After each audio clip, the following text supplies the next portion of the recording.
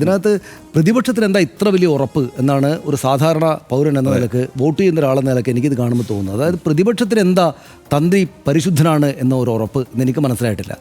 അതായത് ഈ പറയുന്ന ഉണ്ണികൃഷ്ണൻ പോറ്റിയാണ് ഈ കൊള്ളയുടെ കിങ് പിൻ, ഏറ്റവും പ്രധാനപ്പെട്ട കേന്ദ്രം എന്നിവരെല്ലാവരും സമ്മതിക്കുന്നുണ്ട്. പ്രതിപക്ഷവും സമ്മതിക്കുന്നുണ്ട്, ഭരണപക്ഷവും CPM-ഉം CPI-യും ലീഗും കോൺഗ്രസും എല്ലാം സമ്മതിക്കുന്നൊരു കാര്യമാണ്. കാരണം പോറ്റിയെ കയറ്റിയത് ആരപ്പ എന്നല്ലേ ചോദിക്കുന്നത്, പ്രതിപക്ഷം ചോദിക്കുന്നത്. എന്ന് വെച്ചാൽ പോറ്റി കുഴപ്പക്കാരനാണെന്ന് ഇവർക്കറിയാം.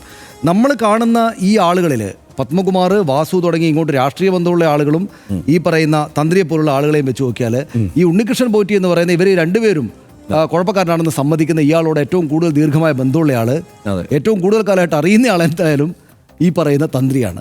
അറിയുന്നത് കൊണ്ട് കുറ്റം ചെയ്യണമെന്നൊന്നുമില്ല, പക്ഷേ എന്നാൽ അറിയുന്ന ആൾ തന്ത്രിയാണ്. പിന്നെ എന്താ ഇപ്പോൾ സംഭവിച്ചിരിക്കുന്നത്? ജാമ്യാപേക്ഷ പരിഗണിച്ച ഒരു കോടതി, വിചാരണ കോടതി, ഇതിനെതിരെ തെളിവൊന്നും ഇല്ല എന്ന് പറഞ്ഞു. ഒരു കോടതി അന്വേഷണം പുരോഗമിക്കുന്നതിനിടയിൽ ജാമ്യം കൊടുക്കാൻ വേണ്ടിയിട്ട് എടുക്കുന്ന സംഗതിയിൽ തെളിവൊന്നുമില്ല എന്ന് പറഞ്ഞാൽ അതിനർത്ഥം തെളിവൊന്നും കാണുന്നില്ല, തെളിവൊന്നും ഞങ്ങളുടെ മുന്നിൽ വന്നിട്ടില്ല എന്നേ അർത്ഥമുള്ളൂ. തെളിവില്ല എന്നെങ്ങനെയാ പറയുക? അത് SIT പറയുന്നത് ഇപ്പോൾ ഈ അന്വേഷണത്തിൻ്റെ ഈ ഘട്ടത്തിൽ എല്ലാ തെളിവും കൊണ്ടുപോയിട്ട് കോടതിക്ക് മുമ്പാകെ പരസ്യപ്പെടുത്താനാകില്ല എന്ന നിലപാടാണ് SITകൾ എന്നാണ് ഞാൻ മനസ്സിലാക്കുന്നത്. സ്വാഭാവികമല്ലേ? അത് പറയുന്നത് എല്ലാ കേസിലും അങ്ങനെയാണ്, സ്വാഭാവികമല്ലേ അത്? അപ്പോൾ അവർ കൊണ്ടുപോയിട്ട് ആദ്യം തന്നെ കൊണ്ടുപോയിട്ട് ഇതല്ല തെളിവ് ഇതാ എന്ന് പറഞ്ഞ് കൊണ്ടുപോയി. മാത്രമല്ല ഇത് ഹൈക്കോടതിയുടെ മേൽനോട്ടത്തിൽ നടക്കുന്ന അന്വേഷണമാണ്. അപ്പോൾ സ്വാഭാവികമായിട്ടും അവർ കൊടുത്തില്ല. അപ്പോൾ കോടതി, ഈ വിചാരണ കോടതി കള്ളമൊന്നും പറഞ്ഞിട്ടില്ല. അവർ പറഞ്ഞു ഇതിൽ തെളിവൊന്നും കാണുന്നില്ല, ഈവൺ ആൻ അയോട്ട ഓഫ് എവിഡൻസ് ഇല്ല, കൊണ്ടുപോയി കൊടുത്തിട്ടില്ല, അത്രയേ ഉള്ളൂ.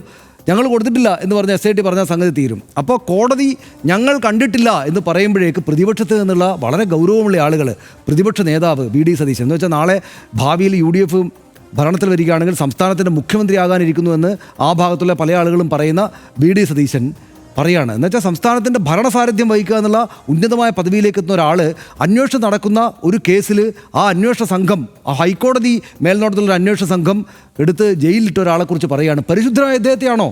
അതെന്ത് തരം വർത്തമാനമാണ്? അങ്ങനെ പറയാൻ പാടുണ്ടോ? ഒരു സംശയമെങ്കിലും വെച്ചിട്ട് ഇത് തെളിവില്ല എന്നല്ലേ കോടതി പറയുന്നത്, അങ്ങനെയുള്ള ഒരാളെ അറസ്റ്റ് ചെയ്യേണ്ടിയിരുന്നോ എന്ന് ചോദിച്ചാൽ നമുക്ക് മനസ്സിലാകും. ആ സംശയം ഉന്നയിക്കാവുന്ന സാഹചര്യമുണ്ട്.